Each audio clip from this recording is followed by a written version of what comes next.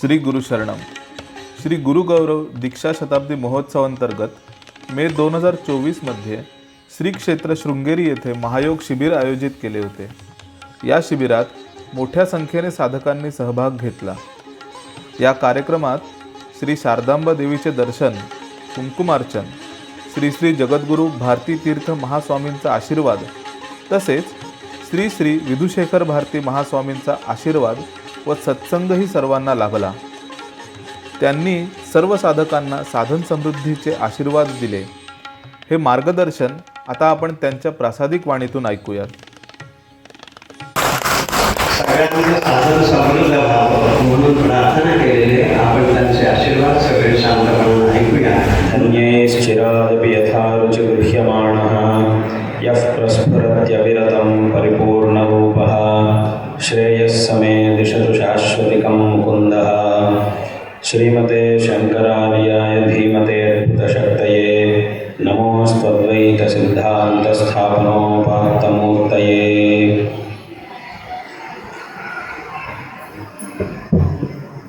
जगदम्बा शारदांबा के इस पवित्र दिव्य सन्निधि में विशेष रूप से योग साधना के लिए पारंपरिक विशिष्ट योग साधना के लिए आप सब यहाँ आए हैं.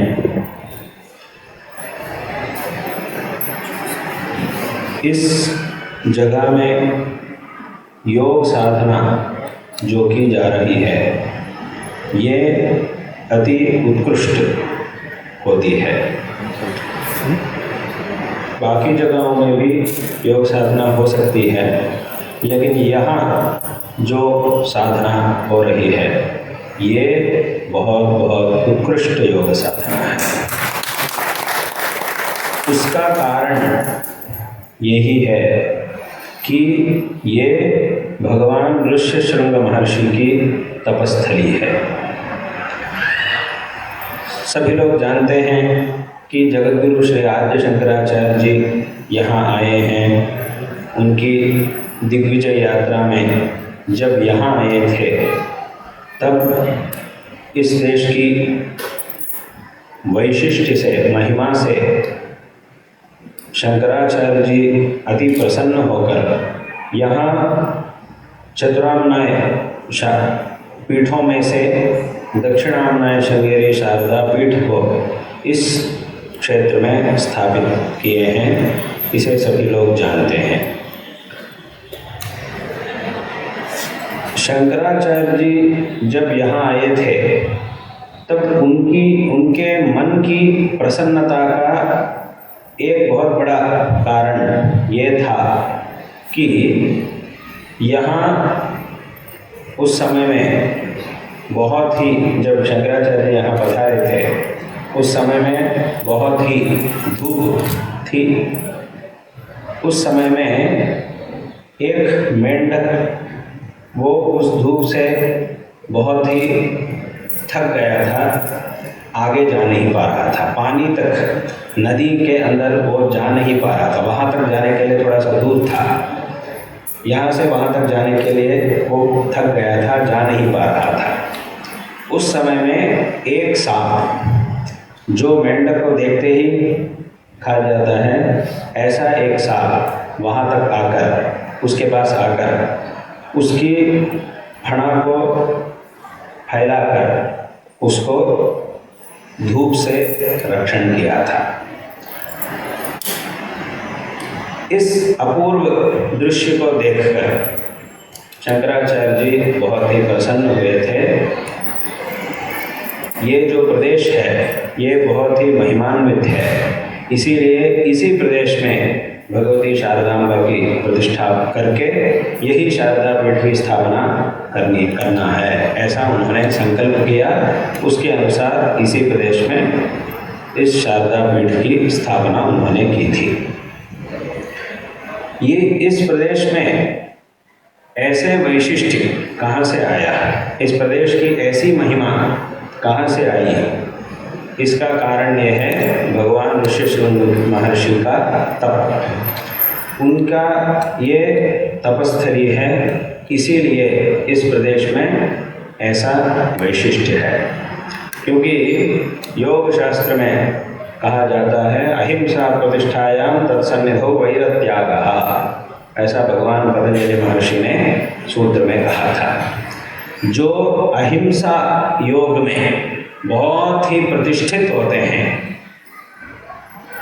वे ऐसे महान योगी जहाँ भी होते हैं, उस प्रदेश में जो परस्पर, जिन प्राणियों के बीच में परस्पर वैर होता है, दुश्मनी होती है, वे प्राणी अपने दुश्मनी को छोड़कर बहुत ही स्नेह से वहाँ जीते हैं। ये उस सूत्र का अर्थ है। अहिंसा प्रतिष्ठायाम, जो योगी है, जो योग साधना कर रहा है, वो इस अहिंसा योग को अच्छी तरह से यदि अभ्यास करेगा, तब तत्सन्निधो, उसके, वो जहाँ भी रहता है उसके सान्निध्य में, उस ऐसे योगी का सान्निध्य जहाँ भी रहता है, वहाँ वैरत्यागः, दो वैरियों के बीच में भी वैर मिट जाता है, दुश्मनी मिट जाती है, ऐसा सूत्र में कहा जा रहा है। ये ऋष्यशृंग महर्षि की तपस्थली है। तो भगवान ऋष्यशृंग महर्षि के लिए असाध्य योग कुछ भी नहीं है, सब कुछ उनके लिए संभव है। इसीलिए उनकी ऐसी तप के कारण, योग शक्ति के कारण इस प्रदेश की ऐसी महिमा आई थी। और उसके बाद शंकराचार्य जी जब यहाँ आए हैं, तब इस शारदा पीठ को स्थापना करके, शारदा पीठ की स्थापना करके, शंकराचार्य भी स्वयं यहाँ तप किए थे। और उनके बाद इस पीठ की परंपरा में सभी आचार्य इस प्रदेश में विशेष रूप से बड़ी तपस्या की थी। इसीलिए इस प्रदेश में जो योग साधना की जा रही है, ये सबसे उत्कृष्ट है, इसमें कोई संदेह नहीं है। यहाँ योग साधना करने से आपकी जो योग साधना है वो पूर्ण होने वाला है, वो पूर्ण फल देगा। इसीलिए ऐसा एक बहुत ही बड़ा संकल्प आपने किया करके यहाँ आए हैं, ये बहुत ही संतोषजनक बात है। हर एक व्यक्ति के जीवन में ऐसी योग साधना बहुत ही आवश्यक है, क्योंकि हर एक व्यक्ति पैदा होता है और अपने जीवन के लिए कुछ मेहनत करता है, कुछ व्यवस्थाएं करता है, जीता है, लेकिन बाद में बस उसका जीवन हो गया। परंतु वो पैदा हुआ था, कुछ पढ़ाई, नौकरी, ऐसा कुछ किया, उससे पैसा कमाया, जीवन के लिए जो भी चाहिए ऐसे उसके लिए कुछ व्यवस्था बना दिया, उसका जीवन समाप्त हो गया। यहाँ हमें इस बात के बारे में विचार करना है कि उसका जीवन तो समाप्त हो गया, उसने कमाया था, बहुत कुछ घर बनाया, कमाया, सब कुछ किया, लेकिन ये सब अपने जीवन को सिर्फ चलाने के लिए, इस जीवन को सार्थक बनाने के लिए उसने क्या किया, इसके बारे में भी हमें विचार करना है। क्योंकि अगर सिर्फ हमारा कर्तव्य इतना ही होता है कि जीवन को चलाना, हमारे जीवन को चलाने के लिए क्या क्या चाहिए सिर्फ उसका ही व्यवस्था कर लेना, बस इतना ही जीवन का लक्ष्य अगर होगा तो मनुष्य होकर क्यों पैदा होना है? प्राणी कुछ जानवर हो जानवर के रूप में भी हम पैदा हो सकते हैं, क्योंकि जानवर भी यही करते हैं। एक जानवर क्या करता है, पैदा होने के बाद अपने जीवन की व्यवस्था के लिए मेहनत करता है, जीवन की व्यवस्था के लिए मेहनत करता है, अपना खाना के लिए मेहनत करता है, ये सब बहुत करता रहता है।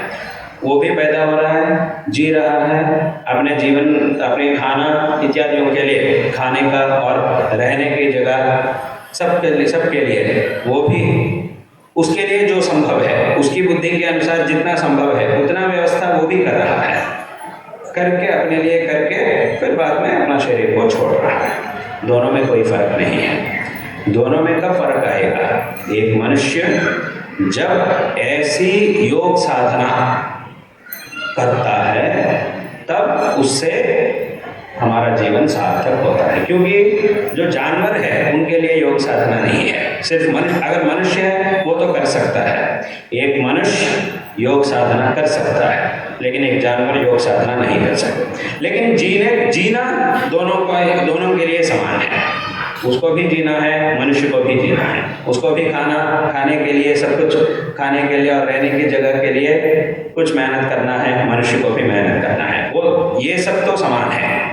लेकिन फर्क कब आएगा? ऐसी साधना से जब हम हमारे जीवित में जिस स्थिति में हम हैं उससे भी एक अच्छी स्थिति पहुंचने के लिए, उत्कृष्ट स्थिति में पहुंचने के लिए जब हम साधना करते हैं, उससे ही ये जीवन सार्थक होता है। इसीलिए ऐसी साधना हर एक व्यक्ति के लिए बहुत बहुत आवश्यक है।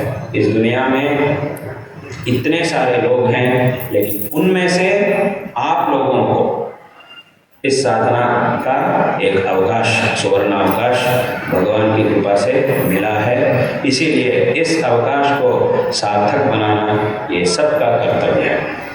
क्योंकि भगवान ने हर एक व्यक्ति को 3 साधन दिए हैं। एक है शरीर, दूसरा है बात, हमारी वाक, और तीसरा है मन। ऐसे 3 साधन हैं। इन तीनों को शास्त्रों में त्रिकरण कहते हैं, त्रिकरण शुद्धि ऐसा शब्द को हम कहते हैं। इन तीनों में भी हमें ठीक रहना चाहिए। शरीर भी स्वास्थ्य युक्त होना चाहिए, और बात भी अच्छी तरह करनी चाहिए, और मन में भी अच्छे अच्छे संकल्प होना चाहिए। ये 3 करण जो है ये हमारे अधीन में होना चाहिए। लेकिन दुनिया में क्या होता है, मनुष्य ही इन तीनों के अधीन हो जाता है, लेकिन ऐसा नहीं होना चाहिए। इन तीनों को हमारे अधीन में रखना चाहिए। ये मन और जो वाक और शरीर, इन तीनों को हमारे वश में हमें रखना चाहिए। लेकिन लोग इनके वश हो रहे हैं। इनके वश होने के कारण बहुत ही दुख को भोगना पड़ रहा है। इसीलिए इन तीनों को हमारे वश में रखना चाहिए। उसके लिए एकमात्र मार्ग ये है कि योग साधना। योग साधना करने से ये 3 हमारे अधीन में होते हैं। इसीलिए क्योंकि इन तीनों को हमारे अधीन में होना बहुत ही आवश्यक है। जब ये 3 हमारे अधीन होते हैं तभी हम इनसे जो प्रयोजन पाना है उसको हम पा सकते हैं। जैसे कि बहुत लोग हैं दुनिया में, कुछ ना कुछ काम करते रहते हैं। कुछ काम करने के लिए कुछ उपकरण की आवश्यकता है दुनिया में। मतलब जिस उपकरण से हम कुछ काम करते हैं वो उपकरण हमारा अधीन में होना चाहिए। जैसे कि एक आदमी है, एक जगह से दूसरे जगह में जा रहा है, जाने के लिए गाड़ी में जा रहा है, तो ये गाड़ी इसके वश में होना चाहिए। अगर ये गाड़ी के वश में चले जाएगा तब क्या होगा, उससे बहुत ही दुर्घटना हो सकती है। इसीलिए ये गाड़ी जो है ये एक साधन है एक जगह से दूसरे जगह में पहुंचने के लिए। इसीलिए ऐसे जो साधन है वो हमारे वश में होना चाहिए, तभी हम जहाँ जाना चाहते हैं वहाँ अच्छी तरह पहुँच सकते हैं, सुरक्षित रूप से वहाँ पहुँच सकते हैं। अगर हम उसको छोड़ देते हैं, हम उसका वश में हो जाते हैं, तब क्या होगा, गाड़ी तो अचेतन है, उसको कोई ज्ञान नहीं है, तो वो जहाँ जाना चाहता है हमें भी वहाँ जाना पड़ेगा, उससे हमें बहुत ही अनर्थ प्राप्त करना पड़ेगा। इसी के बारे में उपनिषद में कहा गया है, कठोपनिषद में कहा गया है। उसमें भगवान यमधर्मराज नचिकेत, वो एक छोटा सा बालक था नचिकेत, वो जब यमधर्मराज जी के पास जाता है तब वो यमधर्मराज जी से तत्व के बारे में प्रश्न करता है। यमधर्मराज पूछता है कि तुम यहाँ मेरे पास आए हो, और इसने ये जब वहाँ जाता है तब वहाँ यमधर्मराज नहीं रहते हैं उनके घर में, उनके जगह में यमधर्मराज नहीं थे, वे और कहीं गए थे। 3 दिन होने के बाद फिर वापस लौट आए यमधर्मराज। इनको देखते हैं, ये कौन है, ये ब्रह्मचारी कोई बालक यहाँ आया है, तुम कौन हो? तो उसने कहा मेरा पिताजी ने मुझे यहाँ भेज दिया, उन्होंने ऐसा कह दिया कि तुम यमधर्मराज, उन्होंने गुस्से में ऐसा कह दिया कि तुम यमधर्मराज के पास जाओ, ऐसा गुस्से में कह दिया, तो उनकी आज्ञा लेकर मैं यहाँ आ गया। अच्छा, तो यमधर्मराज ने सोचा था कि अच्छा, लेकिन ये तो एक ब्राह्मण है, एक बालक है, एक ब्रह्मचारी है, इसने 3 दिन मेरे घर में मेरे लिए प्रतीक्षा की, बिना आहार उपचार इत्यादियों के बिना इसने मेरे घर में प्रतीक्षा की, तो उसके लिए मुझे उसको कुछ वर देना ही पड़ेगा। ऐसा सोचकर पूछा था कि तुम्हें क्या चाहिए? 3 वर देता हूँ, 3 दिन के लिए 3 वर मैं तुझे दूंगा, ऐसा पूछा था। यमधर्मराज ने ऐसा सोचा था कि ये कुछ ऐसा पूछेगा, मुझे पैसे दो या तो कुछ सोना दो, ऐसा ऐसा कुछ पूछेगा, ऐसा सोचा था यमधर्मराज ने। लेकिन उसने पूछा था कि मुझे तत्व का ज्ञान दो, ये मुझे चाहिए, तत्व ज्ञान, तत्व साक्षात्कार मुझे चाहिए, जो अद्वैत तत्व है उसको मुझे उपदेश करो, ऐसा उसने नचिकेत ने पूछा था। तब यमधर्मराज ने बोला था, ये तो बहुत गहरी बात है, इसको समझना मुश्किल है, बहुत बड़े बड़े लोगों को ही इसे समझना बहुत मुश्किल है, तुम तो एक बालक हो, तुम कैसा समझोगे? लेकिन उसने कहा था कि नहीं नहीं, मुझे यही चाहिए, इसके अतिरिक्त मुझे कुछ भी नहीं चाहिए। फिर भी यमराज ने पूछा था कि अरे यार, इस बात को छोड़ दो, मैं और कुछ दूंगा तुम्हें, बहुत सारे पैसा दूंगा, बहुत सारे सेवक लोग को उनको तो मैं तुम्हें दूंगा, वे वो सब तुम्हारी सेवा करेंगे, और बहुत कुछ धन, दीर्घ लंबी आयु मैं तुम्हें प्रदान करूंगा, इसे ले लो, इसे लेकर चले जाओ। लेकिन उसने बोला था कि ये सब कब तक रहेगा मेरे पास? आप जो कुछ भी देने वाले हैं, लेकिन ये सब कब तक मेरे पास रहने वाला है? ये बहुत समय तक मेरे पास नहीं रहने वाले हैं, किसी ना किसी समय में ये सब नाश हो जाते हैं, इसीलिए इनकी ज़रूरत मुझे नहीं है, मुझे सिर्फ तत्व ज्ञान चाहिए, उसके अतिरिक्त मुझे कुछ भी नहीं चाहिए, ऐसा उसने कहा था। जब वो अपनी इच्छा में अटल था नचिकेत, तब यमधर्मराज बहुत संतुष्ट हुआ था। ठीक है, ऐसे शिष्यों को ही तत्व का उपदेश करना चाहिए, क्योंकि यमधर्मराज ने परीक्षा की थी उसको, तो ठीक है, इसको तो तत्व के अतिरिक्त कुछ भी नहीं चाहिए, ठीक है, मैं तत्व का उपदेश करूंगा, ऐसा कहकर यमधर्मराज ने तत्व और उसकी परब्रह्म तत्व और परब्रह्म तत्व की जो साधना है, जो साधना मार्ग उसके लिए होना चाहिए, जो उसके लिए अनुष्ठित करना है, उसका भी भगवान यमधर्मराज ने उपदेश किया था। जो परब्रह्म तत्व है उसके बारे में भी उपदेश किया, और उसके लिए जो साधना है, जो मार्ग है, उसके बारे में भी यमधर्मराज ने उपदेश किया। उस समय में यमधर्मराज ने कहा था कि आत्मानं रथिनं विद्धि, शरीरं रथमेव तु, बुद्धिं तु सारथिं विद्धि, मनः प्रग्रहमेव च, इंद्रियाणि हयानाहुः, विषयांस्तेषु गोचरान्, आत्मेन्द्रिय मनोयुक्तं भोक्तेत्याहुर्मनीषिणः, यस्त्वविज्ञानवान् भवति।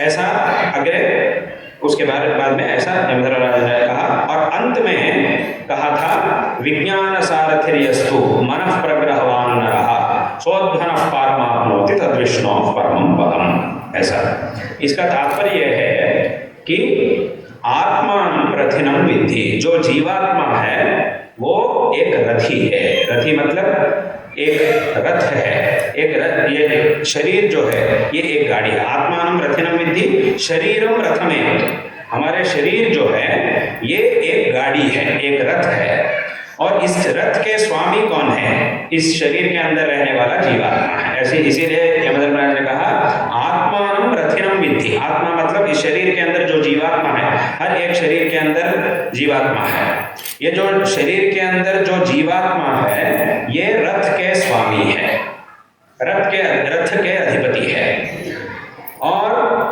इसका ये शरीर जो है ये रथ है। जैसे कि एक रथ के स्वामी वो क्या करता है? पैसे देकर रथ को बनाकर अपने पास रखता है। ऐसा ही जीवात्मा ने क्या किया? पुण्य या पाप दोनों में किसी का भी खर्चा करके इस शरीर को लिया। हम पैसा देके गाड़ी लेते हैं, ये शरीर भी हमें ऐसा ही मिला। यहाँ तो पैसा मतलब पुण्य या पाप, इसके कारण ये शरीर हमें प्राप्त हुआ। यही यहाँ पैसे हैं, पुण्य और पाप भी यहाँ के पैसे हैं। इसीलिए जैसा हमने पैसे खर्चा करके गाड़ी लिया, ऐसा ही पुण्य या पाप उनको देकर हमने ये शरीर लिया। वहाँ भी जब मनुष्य शरीर हमें मिलता है, मनुष्य शरीर को लेने के लिए पुण्य और पाप दोनों भी समान होना चाहिए। देवलोक में देवताओं के जो शरीर होते हैं उनको लेने के लिए पूर्ण रूप से पुण्य ही चाहिए, पुण्य ज्यादा, पाप कम देवता शरीर के लिए। स्वर्ग लोक में रहने वाले देवताओं के शरीर अगर हमें प्राप्त होना है, जैसे कि हम कहते हैं ये स्वर्गस्थ हुए हैं जो बहुत ही पुण्यशाली है, इस दुनिया इस लोक में जो बहुत ही पुण्य का आचरण करते हैं, उनके गुजरने के बाद हम उनके बारे में कहते हैं कि वे स्वर्गस्थ हुए हैं, ये स्वर्ग लोक पहुंचे हैं, ऐसा हम कहते हैं, क्योंकि हम जानते हैं कि उन्होंने बहुत पुण्य का आचरण किया है। तो देवलोक में देवताओं के शरीर हमें प्राप्त होने के लिए पुण्य अधिक होना चाहिए, और जो जानवर है, जानवर के शरीर प्राप्त होने के लिए पाप ज्यादा होता है। जिसने पाप अधिक रूप से किया उसको जानवर का शरीर मिलता है, जिसने पुण्य अधिक रूप से किया उसको देवताओं का शरीर प्राप्त होता है। जिनके पास पुण्य और पाप दोनों भी समान है उसके लिए मनुष्य शरीर प्राप्त है। इसीलिए मनुष्य के जन्म में कुछ समय सुखी रहते हैं, कुछ समय दुखी होते हैं, एक दिन सुखी और एक दिन दुखी, सुख और दुख दोनों भी आते रहते हैं मनुष्य के शरीर में। इसीलिए ये जो शरीर, मनुष्य के शरीर जो है, इसे पाने के लिए हमने पुण्य और पाप दोनों पे भी खर्चा किया, उससे हमें ये शरीर मिला है। इसीलिए इस शरीर के स्वामी कौन होता है? इसके अंदर रहने वाला जीवात्मा है। इसीलिए आत्मानम रथिनम विद्धि शरीरम रथमेव तु। और एक रथ को चलाने के लिए सारथी चाहिए, सारथी की आवश्यकता है, सारथी के बिना रथ नहीं चलता है। इसीलिए एक रथ में रथ के जो स्वामी है वो तो पीछे बैठा रहता है, सामने तो एक ड्राइवर होना चाहिए। और यहाँ के ड्राइवर कौन है? इस शरीर के अंदर जो बुद्धि है, हमारी बुद्धि जो है वही इस शरीर की सारथी है, शरीर का सारथी बुद्धि है। बुद्धिन्तु सारथिम विद्धि, ऐसा यहाँ कहा गया है। और सारथी रथ को कैसा चलाता है?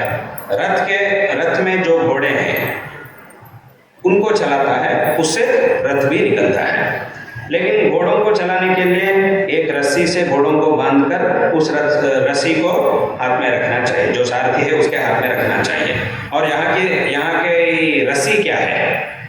मनः प्रग्रह में बचा, हमारे मन जो है वही यहाँ की रस्सी है। इस मन के द्वारा घोड़ों को हमें पकड़ना है। घोड़े कौन है यहाँ? इसके बारे में यहाँ कहा गया है, इंद्रियाणि हयानाहुः, शरीर के अंदर जो इंद्रिय है, आंख, नाक, जीभ, ये सब, कान, ये सब जो है, ज्ञानेंद्रिय और कर्मेंद्रिय, हाथ पैर इत्यादि, ये सब इस शरीर के घोड़े हैं, ऐसा कहा गया। अश्व के स्थान में ये है।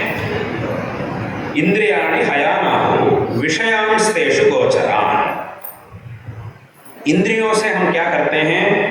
जैसे कि आंखों से हम क्या करते हैं? देखते हैं। जिसे हम देखते हैं वो कदाचित अच्छा भी हो सकता है, कदाचित बुरा भी हो सकता है। जो बुरा है उसको भी इन्हीं आंखों से देखते हैं लोग, जो अच्छा है उनको भी इन्हीं आंखों से देखते हैं लोग। अच्छा भी देखते हैं और बुरा भी देखते हैं। वैसा ही रथ के अंदर जो घोड़े हैं उनके द्वारा जो अच्छा देश है वहाँ भी हम पहुँच सकते हैं, जो बुरा है वहाँ भी हम पहुँच सकते हैं, वहाँ भी पहुँचने का एक संभव है। लेकिन अगर हमें बुरा प्रदेश में नहीं जाना है, जहाँ हम जाना चाहते हैं, यानी हमारे घर इत्यादि, जहाँ हम जाना चाहते हैं वही हमें अगर जाना है, तब हमें क्या करना चाहिए?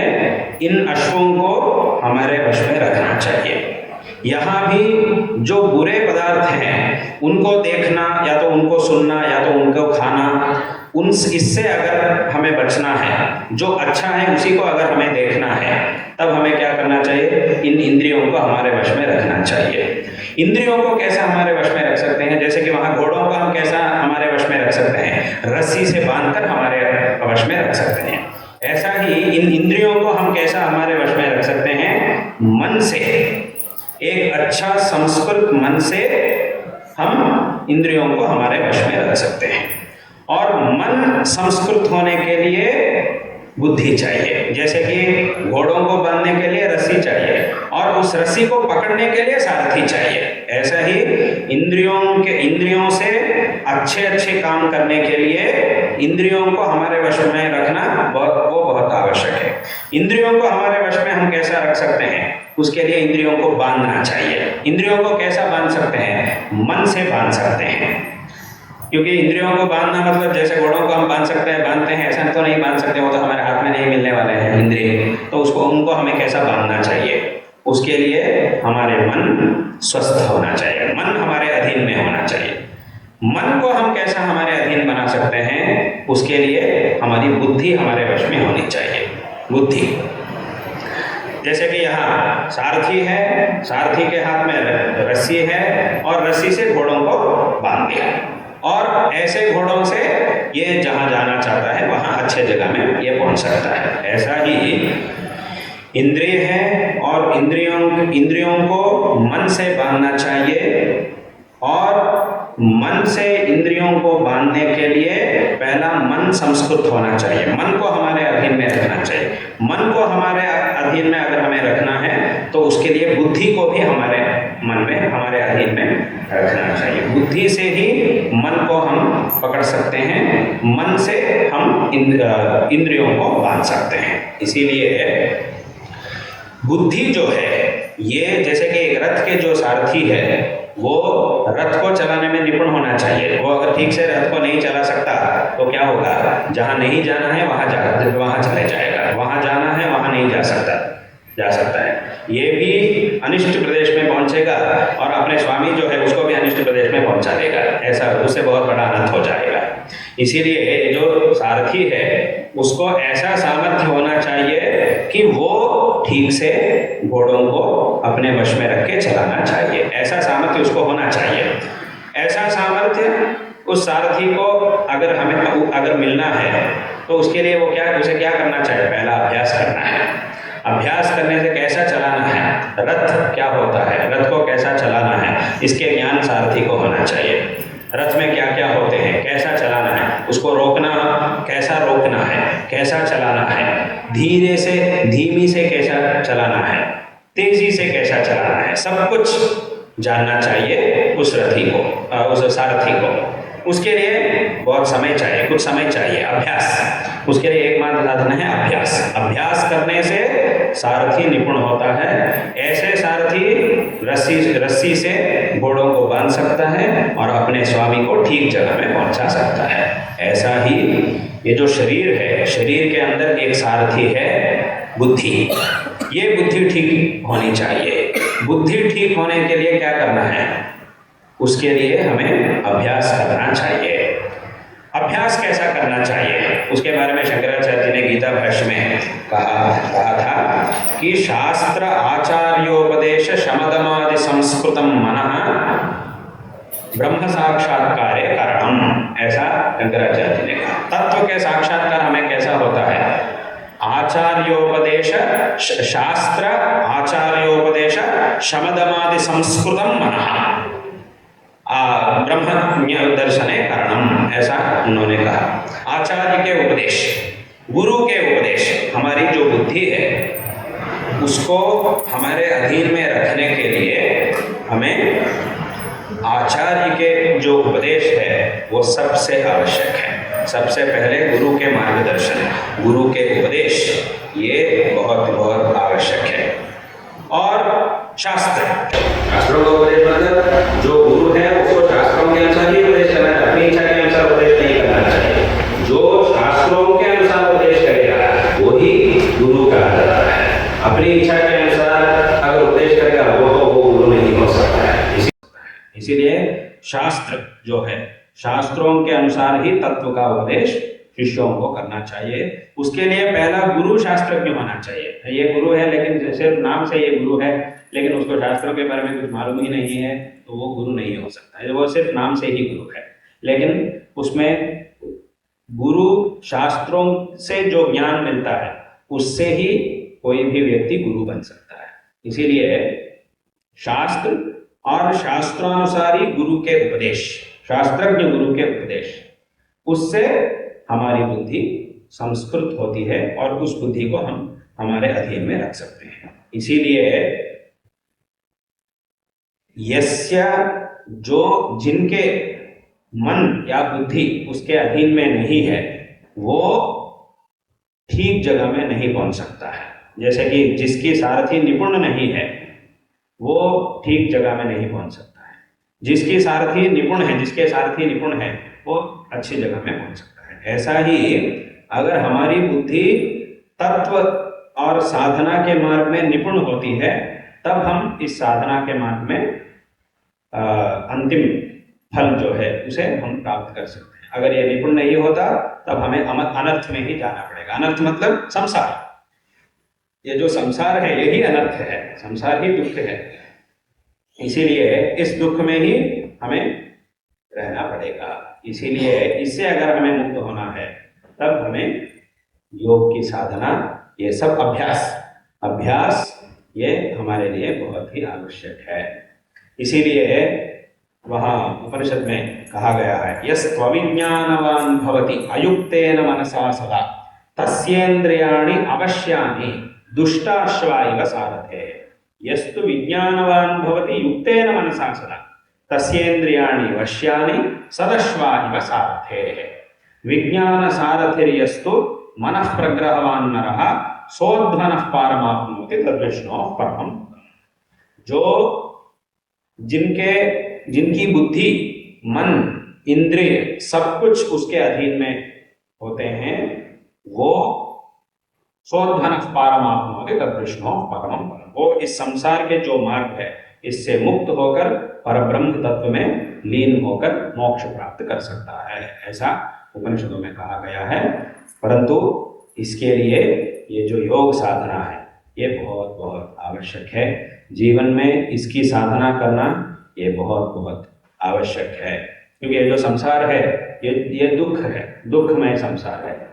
जैसे कि शंकराचार्य जी अपने उपदेश पंचक में कहते हैं, क्षुद्व्याधिश्च चिकित्स्यताम्, ऐसा शंकराचार्य जी ने कहा। इसका मतलब क्या है? हर एक मनुष्य की एक व्याधि है इस दुनिया में। कुछ व्याधि ऐसे हैं जब वो आता है कुछ समय तक रहकर मिट जाता है, कुछ दवाई देने से वो मिट जाता है। ऐसे व्याधि कुछ है दुनिया में। कभी कभी कुछ व्याधि हमें मनुष्यों को शरीर में प्राप्त होता है, उसके लिए कुछ दवाई देने से 2 दिन 3 दिन या 5 दिन या 1 हफ्ते में वो मिट जाता है। कुछ ऐसे हैं जो पैदा होने के समय में ही आ जाते हैं। वो कैसा होता है कि कदाचित एक अच्छी दवाई लेने से कुछ सालों में वो ठीक हो जाता है। पैदा होने से ही ऐसा हुआ था, लेकिन दवाई लेने से वो ठीक हो गया। लेकिन कुछ व्याधि ऐसे भी हैं कि पैदा होने के समय में नहीं, लेकिन बाद में आ गया, लेकिन वो जीवन के अंतिम तक रहेगा। जैसे कि बीपी हो, शुगर हो, और एक बार आएगा वो अंतिम तक, मरण तक वो रहेगा, शरीर में ही रहेगा, वो नहीं छोड़ के नहीं जाएगा। ऐसा भी है। तो उसके लिए क्या करना चाहिए? हर दिन उसके लिए कुछ दवाई कुछ लेना ही पड़ेगा, दवाई लेना पड़ेगा। ये सब तो एक प्रकार के व्याधि है। इन सब से भी बहुत बड़ा व्याधि एक है। क्या है? वही भूख।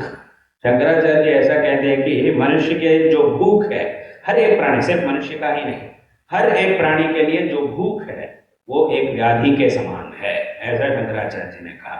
इसीलिए क्षुद्ध, संस्कृत भाषा में क्षुद्ध शब्द का अर्थ है कि भूख। क्षुद्ध व्याधिश्च चिकित्स्यताम्, तेरे जो भूख नाम का व्याधि जो है उसकी दवाई के लिए प्रयत्न करो, उसकी चिकित्सा के लिए प्रयत्न करो, ऐसा शंकराचार्य जी ने कहा। क्या करना है हमें? उसकी चिकित्सा के लिए हमें क्या करना है? ये जो भूख है, ये दवाई है, उसकी चिकित्सा के लिए हमें क्या करना चाहिए?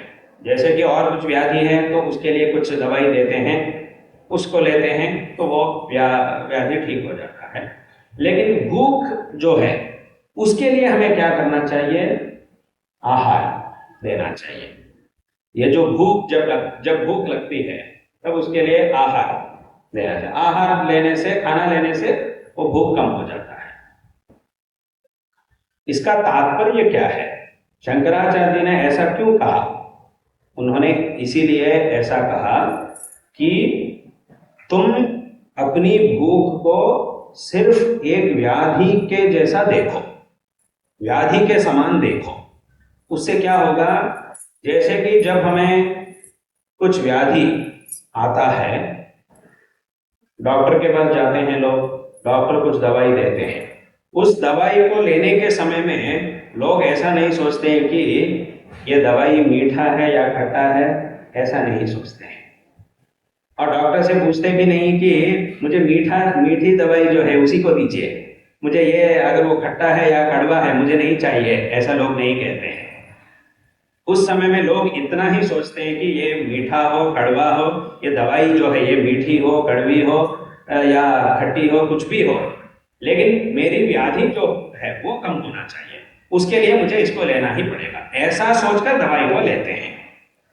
वहां वो मीठी है उसके बारे में बिल्कुल नहीं सोचते हैं लोग। ऐसा ही जब ये जो भूख नामक व्याधि जो है, इसके लिए जो दवाई है खाना, उसके बारे में भी तुम ऐसा ही सोचो। ये खाना कैसा है, ये खट्टा है मीठा है, उसके बारे में ध्यान मत दो। सिर्फ उसके लिए जो पेट भराने के लिए जो खाना चाहिए, जो अच्छा खाना, उसमें भी सात्विक होना चाहिए, खाना तो सात्विक होना चाहिए। जैसे कि गीता में भगवान ने कहा आयुष सत्व बलारोग्य सुख प्रीति विवर्धना रस्या स्निग्धा स्थिरा हृदया आहारा सात्विक प्रिया, ऐसा भगवान ने गीता में कहा।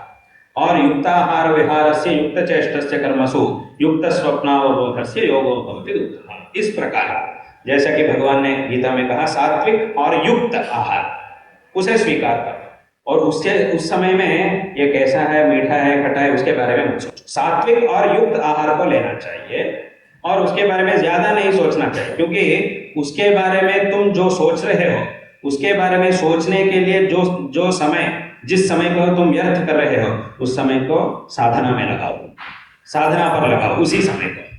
मतलब साधना इतनी आवश्यक है कि बाकी सभी विचारों के बारे में छोड़ दो। आहार को सिर्फ एक दवाई के रूप में देखो, जैसा कि दवाई को लेने के समय में वो खट्टी है मीठी है या कड़वी है, उसको हम नहीं देखते हैं। हम इतना ही सोचते हैं कि मेरा जो व्याधि है उसे ठीक करने के लिए मैं इसे ले रहा हूं, बस। ऐसा ही ये जो आहार है, मेरे भूख शब्द का एक भूख ऐसा एक व्याधि है, मुझे इसे ठीक करने के लिए मैं इसको ले रहा हूं, इस आहार को स्वीकार करो। सिर्फ इतना ही सोचो, जो युक्त है उसको आहार है उसको स्वीकार करो और उस बाकी समय को फिर साधना में लगाओ, ऐसा शंकराचार्य जी ने कहा। इसीलिए उनकी दृष्टि में हम इसे इसीलिए कहना चाहते हैं कि शंकराचार्य जी की दृष्टि में साधना कितनी आवश्यक है, इसे शंकराचार्य जी हमें उपदेश कर रहे हैं। इसीलिए इस दुनिया में जो भी हो, कुछ लोग कह सकते हैं कि मेरे शरीर में कोई व्याधि नहीं है, ऐसा बहुत लोग कह सकते हैं। मैं अब तक डॉक्टर के पास नहीं गया, कभी एक बार गया था, फिर मैंने नहीं गया था डॉक्टर के पास, ऐसा कुछ लोग कह सकते हैं। गर्व से कहते हैं बहुत लोग, ऐसा कुछ लोग कहते हैं। मेरा दादाजी थे, वो कभी भी डॉक्टर के पास नहीं गए थे, वो बहुत ही दृढ़ थे, ऐसा लोग कहते हैं। ठीक है, वो तो ठीक ही है, सच ही है, लेकिन उनको भी ये जो भूख जो है वो व्याधि तो है। भूख व्याधि तो इस दुनिया में हर एक इंसान को भी है और हर एक जानवर को भी है। शंकराचार्य जी कहते हैं कि ये एक व्याधि के रूप में देखो और इसे ठीक करने का प्रयत्न करो। इसका शाश्वत परिष्कार क्या है, शाश्वत परिहार इसका क्या होता है, वो ही ज्ञान और मोक्ष। लेकिन उसके लिए साधना करना चाहिए। साधना के समय में भी तुम्हें उसके ऊपर दृष्टि नहीं होनी चाहिए। सिर्फ इस भूख व्याधि को मिटाने के लिए, मिटाना मतलब वो एकदम उसको एक ही बार नहीं मिटा सकते हैं, उसको कंट्रोल में रखने के लिए खाना खाओ। इस खाने को एक सिर्फ औषधि दवाई के रूप में देखो, ऐसा शंकराचार्य। क्षुद्र व्याधिश्च चिकित्स्यताम्।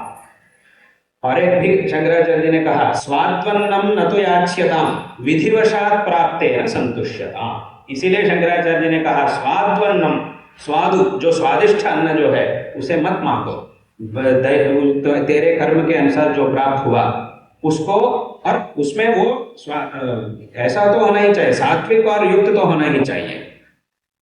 ऐसे सात्विक और युक्ताहार तेरे कर्म के अनुसार जो मिला है उसको सिर्फ एक दवाई के नजर से देखो और उसको स्वीकार करो। अपने समय और अपने चिंतन साधन पे लगाओ, साधना पे लगाओ, ऐसा शंकराचार्य जी ने कहा। इसीलिए ये जो साधना मार्ग जो है ये हर एक व्यक्ति के लिए बहुत ही आवश्यक है। इस संसार से मुक्त होने के लिए, शाश्वत सुख प्राप्त होने के लिए ये बहुत बहुत आवश्यक है हर एक व्यक्ति के लिए। इसीलिए ऐसी साधना हर एक व्यक्ति को अवश्य करना चाहिए और इससे शरीर और मन और वाक इन तीनों को भी हम हमारे वश में रख सकते हैं। ऐसा होना चाहिए, हमारे वश में ये तीन होना चाहिए। इसीलिए उसके लिए ये साधना मार्ग और अभ्यास, और यहाँ और एक बात भी है कि यहाँ अभ्यास बहुत ही आवश्यक है। लंबे समय तक इसका अभ्यास अवश्य करना चाहिए। जब यहाँ आते हैं, जब उपदेश करते हैं, उस समय में अच्छी तरह अनुष्ठान करना, बाद में जब घर चले जाते हैं तब उसको भूल जाना, ऐसा नहीं करना चाहिए। तो बहुत लोग ऐसा करते रहते हैं, जब ऐसी जगह में आते हैं तो उनको बहुत उत्साह बढ़ जाता है, कैसा भी करके मुझे कल ही पूरा साधना को समाप्त करना चाहिए। ऐसा लोग तो ऐसा हो ही नहीं सकता, जल्दी जल्दी मुझे साधना को समाप्त करना चाहिए, ऐसा सोचते हैं लोग। जब ऐसी जगह में आते हैं या तो ऐसे शिविर में जब आते हैं, बहुत ही उत्साह बढ़ जाता है हम लोग, लेकिन बाद में जब जाते हैं, घर जाने के बाद फिर उसको भूल जाते हैं। लेकिन ऐसा नहीं है, ऐसी भूल कभी नहीं होनी चाहिए, क्योंकि साधना के लिए कुछ समय चाहिए। जब हम एक गाड़ी में बैठते हैं, एक जगह से दूसरे जगह में जाने के लिए गाड़ी में जब हम बैठते हैं, तब उस गाड़ी को जहाँ से हम निकले हैं, वहाँ से जहाँ हमें पहुँचना है वहाँ तक जाने के लिए कुछ समय की आवश्यकता है। जब तक वो समय नहीं होगा तब तक हम वहाँ नहीं पहुँच सकते हैं। जब हमने रेल में बैठा तो 5 घंटे का सफ़र है, तब तक हमें क्या करना चाहिए? 5 घंटे तक इंतज़ार करना ही चाहिए, सफ़र करना ही चाहिए। नहीं मुझे 5 घंटा नहीं, आधा घंटे में ही पहुँचना है, ये तो संभव नहीं है। आधा घंटे में हम पहुँच नहीं सकते हैं। जहाँ तक पहुँचने के लिए 5 घंटाएं चाहिए, तो 5 घंटा ही चाहिए, तब तक हमें प्रतीक्षा करना ही चाहिए। ऐसा ही अगर हम ऐसा कह देंगे कि नहीं मुझे आधा घंटे में ही वहाँ पहुँचना है, कहने से हम वहाँ नहीं पहुँच सकते हैं। वहाँ तक इंतज़ार करना चाहिए, रेल में बैठना चाहिए। ऐसा ही, क्योंकि उतना समय उसके लिए बहुत आवश्यक है। यहाँ भी ऐसा ही है। साधना जो है, इसकी सफलता प्राप्त करने के लिए कुछ समय चाहिए। जैसे कि भगवान ने गीता में क्या कहा था? अनेक जन्म संसिद्ध ततो याति परां गतिम्।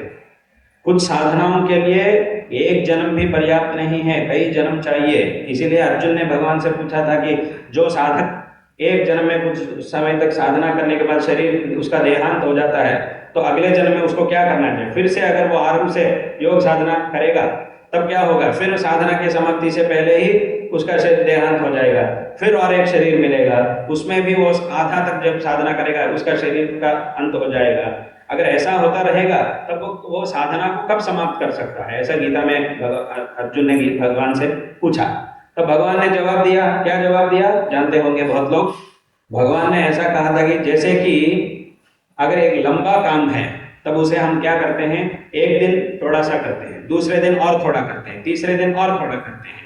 ऐसा ही एक दिन, एक जन्म में कुछ समय कुछ साधना हमें करनी चाहिए, दूसरे जन्म में उसी साधना को अनुवृत्त करके फिर उस साधना को समाप्त करनी चाहिए। ऐसा भगवान ने गीता में कहा। इसीलिए ये जो साधना है, इसे जितना तुरंत हमें प्रारंभ कर सकते हैं उतना तुरंत हमें प्रारंभ कर लेना चाहिए। बाद में उसका फल हमें कब मिलना है उसका निर्णय तो भगवान ही करने वाला है। हमारी साधना को देखकर भगवान उसका निर्णय करने वाला है, उसका निर्णय हमारे हाथ में नहीं है। सिर्फ साधना का आरंभ करना और उसका अनुष्ठान करना, यही हमारे हाथ में है। उसका फल कब देना चाहिए वो भगवान जानते हैं। उसके अधिकार और इस दुनिया में और किसी को भी नहीं है। उसका अधिकार और उसका ज्ञान सब कुछ भगवान के अतिरिक्त और किसी के पास नहीं है। इसीलिए हमें साधना का जितना जल्दी होगा उतना जल्दी साधना का आरंभ हमें करना चाहिए, उसका आचरण सदैव करता रहना चाहिए। इसीलिए ऐसी साधना बहुत ही आवश्यक है। और यहाँ जैसे कि हमने आरंभ में कहा, जो पारंपरिक गुरु परंपरा के अनुसार ये जो साधना, योग साधना प्राप्त हुई है, उसके अभ्यास के लिए विशेष रूप से आप सब यहाँ आए हैं, 2 दिन के लिए यहाँ आए हैं। ये बहुत बहुत संतोषजनक बात है।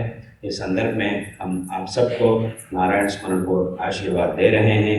ये जो साधना है, ये साधना निरंतर निर्विघ्न से संपन्न हो, निर्विघ्न से ये साधना होते रहे, क्योंकि सभी लोग संसार में हैं, कुछ व्यवहार हैं, नौकरी है, घर है, जिम्मेदारी बहुत है, इसीलिए कुछ ना कुछ काम, जब आप घर जाते हैं कुछ ना कुछ काम करना ही पड़ेगा। घर के बहुत कुछ काम हैं, घर में बहुत लोग आते हैं, या तो आपको कहीं बाहर जाना चाहिए, बहुत कुछ व्यवहार करते रहना चाहिए, लेकिन उसके साथ साथ ये भी होना चाहिए, इसको छोड़ना नहीं चाहिए। साधना का अनुष्ठान भी होते हैं और बाकी के जो बाहर के जो व्यवहार है, जो जिम्मेदारियां हैं, वे भी होते रहे। दोनों के भी अलग अलग समय, इसका समय अलग है और उसका समय अलग है। ये इसके लिए जो समय है वे ये सिर्फ इसके लिए ही है, और बाकी व्यवहारों के लिए जो समय है वो उसके लिए ही है। दोनों को एक दूसरे के साथ नहीं मिलाना चाहिए। इसका समय अलग है, क्योंकि कुछ लोग ऐसा सोचते रहते हैं कि जब वे बाहर व्यवहार में जाते हैं, व्यवहार करने के समय में ऐसा सोचते रहते हैं कि यार मैं तो ये इस व्यवहार में ही डूब गया हूँ, तो मैं साधना कब करूँगा, ऐसा सोचते रहते हैं, तो व्यवहार ठीक से नहीं करते हैं। क्योंकि जब भी वो व्यवहार के लिए जाता है उसका मन यही सोचता रहता है कि मैं सदैव इसमें ही डूब गया हूँ, तो मैं साधना कैसा करूँ, ऐसा सोचते रहते हैं। ठीक है, जब वो साधना के लिए बैठा है, ध्यान या कुछ साधना के लिए बैठा है, उस समय में फिर व्यवहार के बारे में सोचता रहता है। उसको पैसा देना था, वो मुझे पैसा देना था, उसको तो मैंने 10,000 दिया, वो मुझे 50,000 देना था, वो क्या हो गया, ये क्या हो गया, इसके बारे में सोचता है। तब उससे क्या हो रहा है, साधना भी ठीक से नहीं हो रही है, व्यवहार भी ठीक से नहीं हो पा रहा है। ऐसा नहीं करना चाहिए।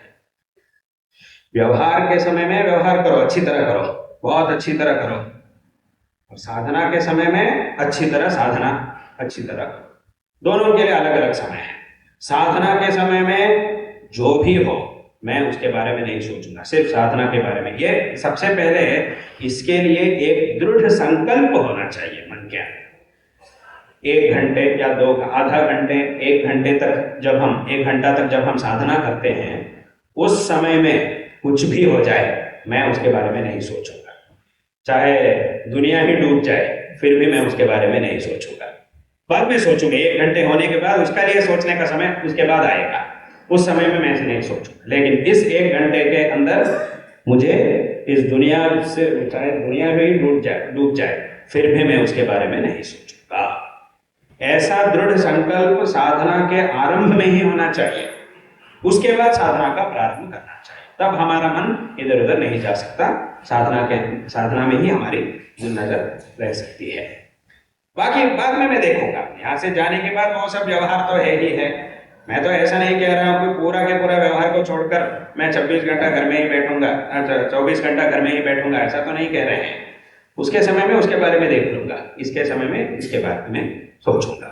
ऐसा दृढ़ संकल्प सबसे पहला अवश्य होना चाहिए। इसीलिए जो सांसारिक प्रपंच में जो भी विघ्न होते हैं वे सब मिट जाए, अच्छी तरह निर्विघ्न रूप से आप सबकी साधना संपन्न हो, सफल हो, ऐसा हम इस साधना में एक अच्छी प्रगति सभी लोगों को प्राप्त हो, ऐसा हम इस संदर्भ में नारायण स्मरण पूर्वक आशीर्वाद दे रहे हैं। और आने वाले समय में और भी अधिक लोग यहाँ आए, बड़ी श्रद्धा से श्रद्धालु लोग इस साधना में भाग लें, ऐसा हम इस संदर्भ में आशीर्वाद देकर इसके उपकार और भी बहुत लोगों को प्राप्त हो, सभी लोगों के ये जो जन्म है वो सफल हो, ऐसा हम इस संदर्भ में नारायण स्मरण पूर्वक आशीर्वाद दे रहे हैं। विशेष रूप से ये जो परंपरा है उसमें बहुत ही विशिष्ट बात यह है कि बहुत ही पूजनीय वासुदेवानंद सरस्वती महाराज, जिनको हम टेम्बे महाराज कहते हैं, वो बहुत ही पूज्य हैं। वे भगवान दत्तात्रेय के अवतार, ऐसे सभी लोगों के विश्वास है। सभी लोगों की मानना यह है कि वे भगवान दत्तात्रेय जी के अवतार हैं। वे बहुत बड़े विद्वान भी थे, संस्कृत भाषा और वे शास्त्रों के बहुत बड़े विद्वान भी हैं, और उन्होंने कई ग्रंथों की रचना भी की और योग में भी बहुत बड़े निपुण थे। ऐसे